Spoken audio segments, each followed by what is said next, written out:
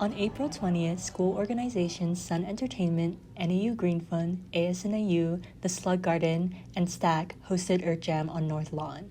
We caught up with Sun Entertainment's event coordinator, Emily McArdle, and asked how this event celebrates and connects with Earth Day. We try and make it as sustainable as possible. So like, for instance, we reached out to the clubs and stuff. We were like, hey, we want you guys to have an activity. If you could try and make it sustainable, that would be awesome. There's also groups here like NASCA and Climate Action Committee, which are focused on sustainability. SLUG and Green Fund, two huge groups on campus that are all about sustainability, are like the main contributors to this event. We try to just have sustainable practices. Our wristbands, they're not paper wristbands, they're reusable fabric ones.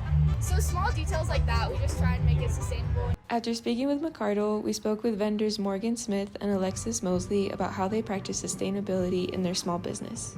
I like to reuse my materials and recycle. With copper-plated jewelry, I would say it's pretty sustainable, not really fast fashion, kind of wear it once and then throw it away. I like my pieces to be around a little longer. I hand make all of my items except for a couple clothing pieces that I upcycle. And so I crochet, I embroider, and I try to use sustainable products to do all of my work.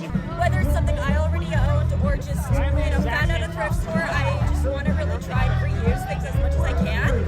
And so I'll go to the craft section and buy yarn that I have seen just sitting there for a while. It's really important to me to just be as sustainable as possible.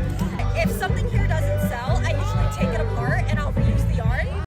Mosley also discusses the impact the local community has had on her experience in Flagstaff. I feel like Flagstaff has such an enriching character and such a community feel, so it feels really nice to be a part of something like that. And in a bigger city, sometimes that kind of gets lost. It just depends on where you are. Along with the vendors, there were different performers throughout the event. One of them was musician Sierra Bryan, who spoke on how music can help bring people together.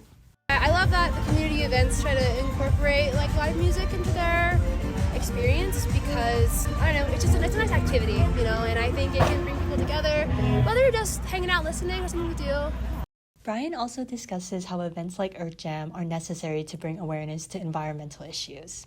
I feel like with environmental issues, community is the way that you're going to combat anything.